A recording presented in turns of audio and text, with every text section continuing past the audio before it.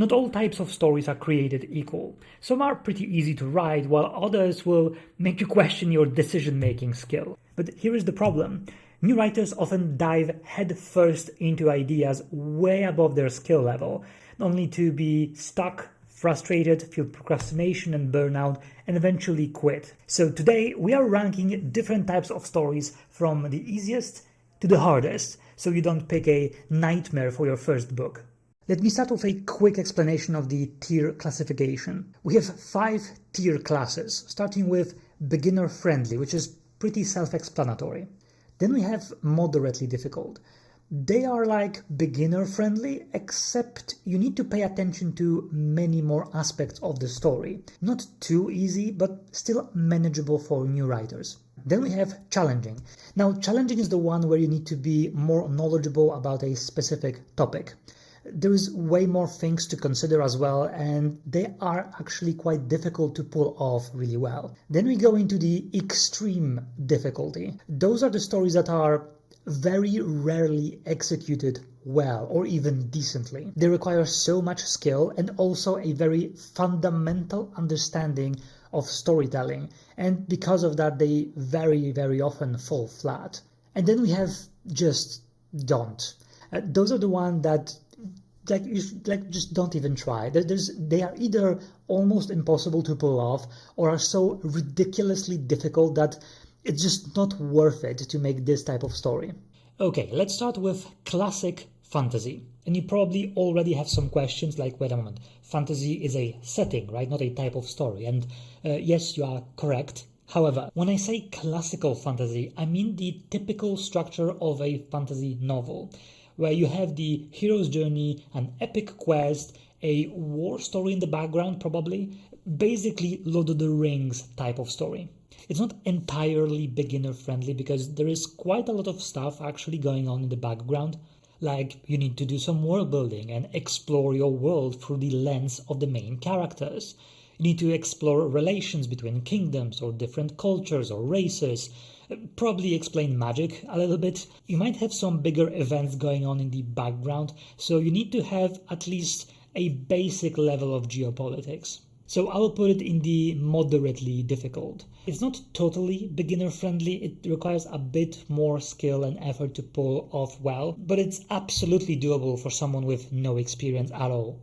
Next we have action adventure. This is a type of story that focuses on the main characters and his retinue hero's journey. There is no deeper lore or world building. Actually, there might be some bare bone world building, mostly for the places that the characters go through and they have their action adventure in. An example of an action adventure story is Conan the Barbarian. If you watch the movie, it follows a very simple formula.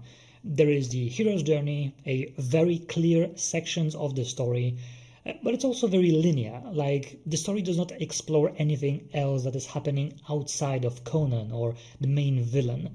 You have some basic magic which is never really explained, but it doesn't need to be. It is absolutely serviceable for that kind of story. And before you scream at me at the comments, yes, I know that Conan the Barbarian as a universe have a much deeper lore and world building. However, I'm talking specifically about those two movies as a individual example. This one is very beginner friendly, so I will put it in this tier. Because classic fantasy has always more things going on in the background, there's way more moving parts that you constantly need to think about and the timeline, whereas here it's actually very basic, you don't really need to think about that many stuff.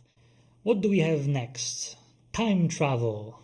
Oh boy, time travel. Time travel stories have bazillion problems. I do not recommend writing that type of story, even if you are already quite experienced. Because you have all the problems of the classical linear story, but you also have all the problems that come with moving through time. How does the time travel work?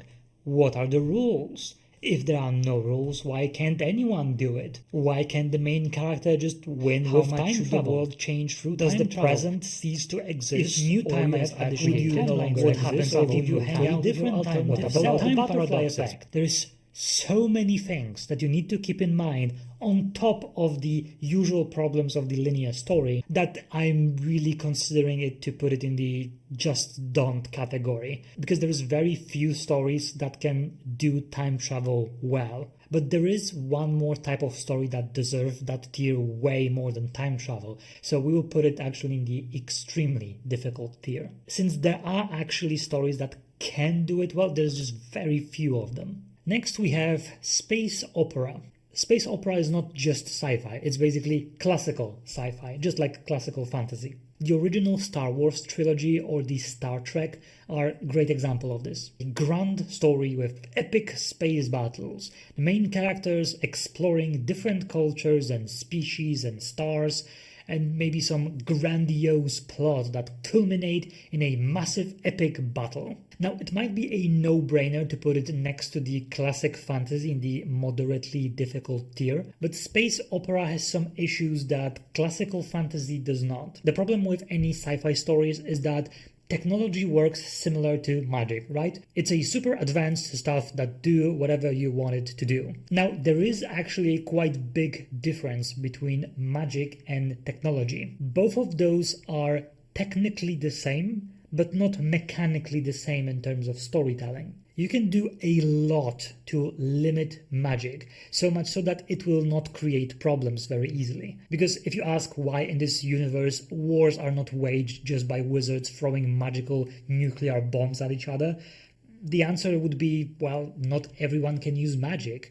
Also, it requires 20 plus years of studying and it's not that powerful. So there will be very few of them and even fewer that actually know how to use very powerful magic. In sci-fi, if you introduce a very powerful technology that can do some insane stuff, what stops anyone else of using it as a weapon? I'm not saying that there are no workarounds, you can absolutely do it. It's just much more difficult to predict certain things or limit them. Just like in The Last Jedi, the infamous Holdo maneuver that caused bajillion problems because you introduced the ability to use a commonly available technology as an extremely powerful weapon. Because then the question is why not everyone use it as a weapon, especially that faster than light travel in Star Wars is a pretty common technology, so why space battles are not done like this. But I don't think that alone is enough to put it into the challenging category. I think I'll put it anyway at the moderately difficult,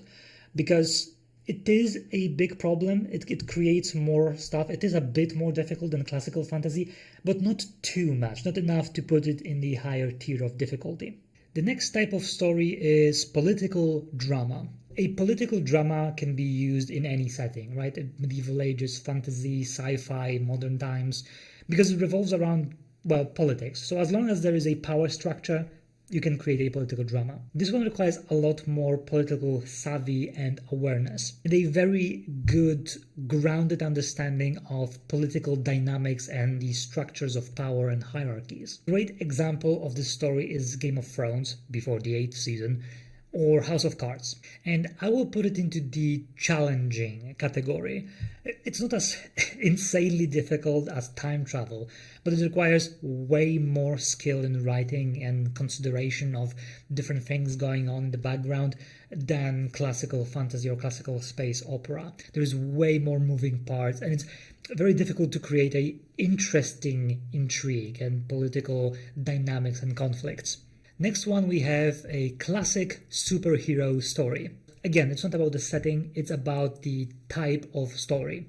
A classic superhero story is, of course, Spider-Man, Batman, Superman. Those stories usually takes place, well, in our world, so you don't really need to do world building. And they also follow very often the classical hero's journey. The only difficulty truly with this setting is making a sensible reason why those special powers exist, and also why the superheroes slash supervillains haven't taken control of the world yet with, their powerful magic-like abilities. But besides that, it's actually one of the easiest stories to tell.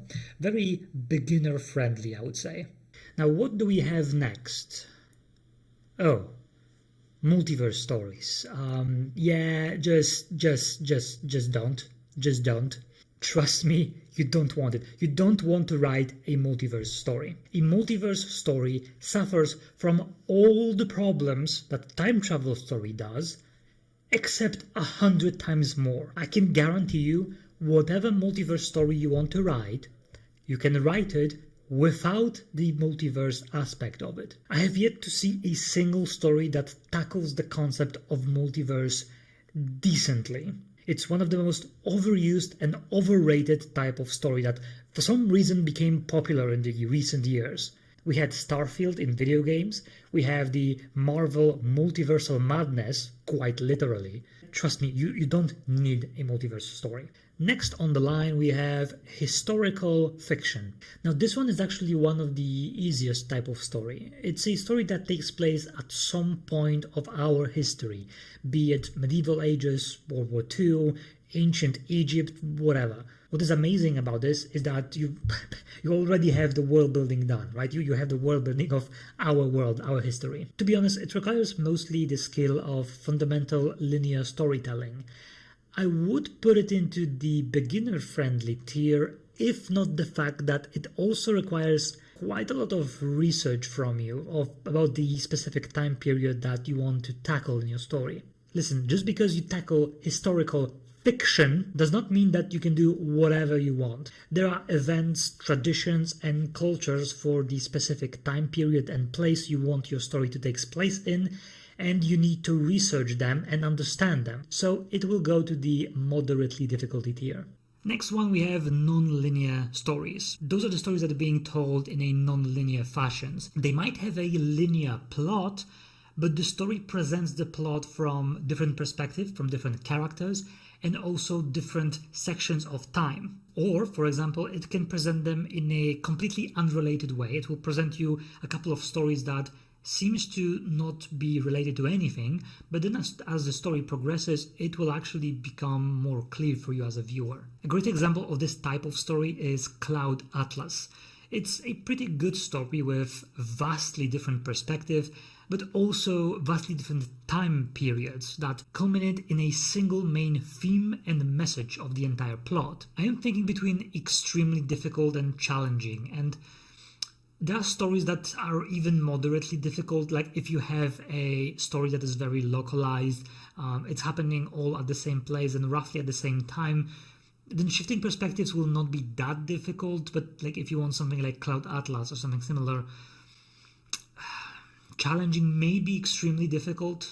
I think I will leave it with the challenging, because non-linear stories, I don't think they are extremely difficult. They are not as difficult as time travel. Time travel is way more difficult to make it really well. So I'll leave it in the challenging category.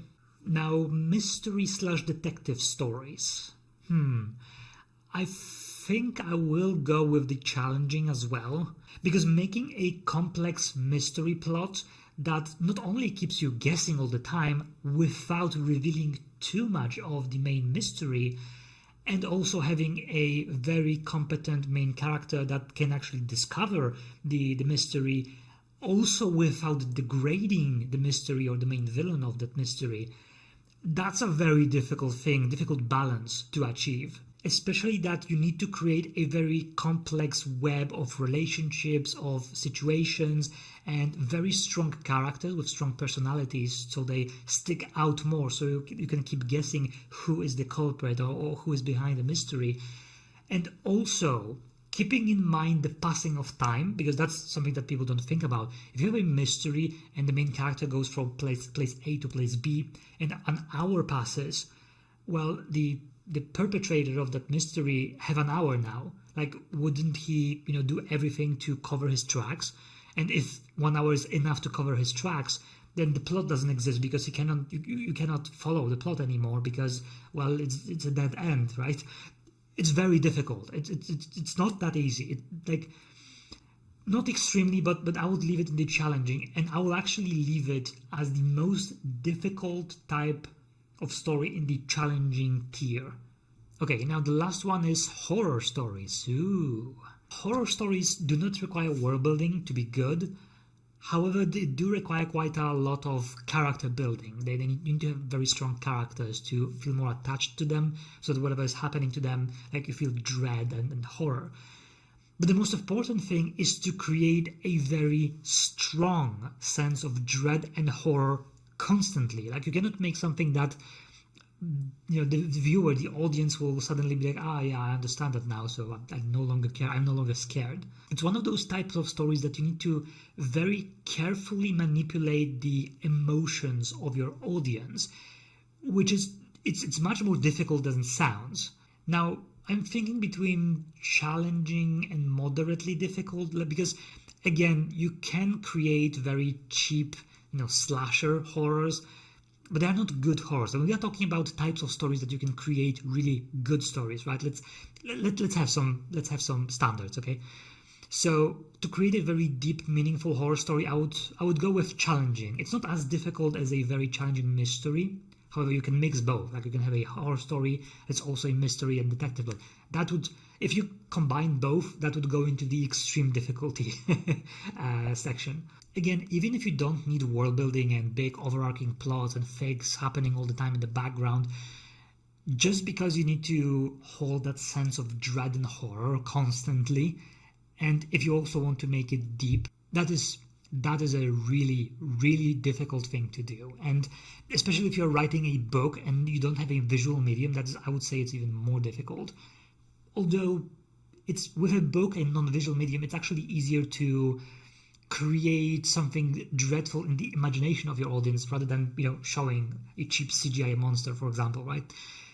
I would say that books have some strength over a visual storytelling medium in terms of horrors. Again, challenging. I would say challenging. So that is my complete tier list of story types from difficulty setting, from the beginner friendly up to just dark. If you have an idea what other types of stories that I haven't mentioned could be on that list, that it could be ranking in those tier lists of difficulty levels, you can list them in the comment section down below. And if there will be enough of them and they will be actually very interesting, I will actually make a part 2 of that video. But that is all for today. You can check my world building and writing guides. And yeah, see you when I see you.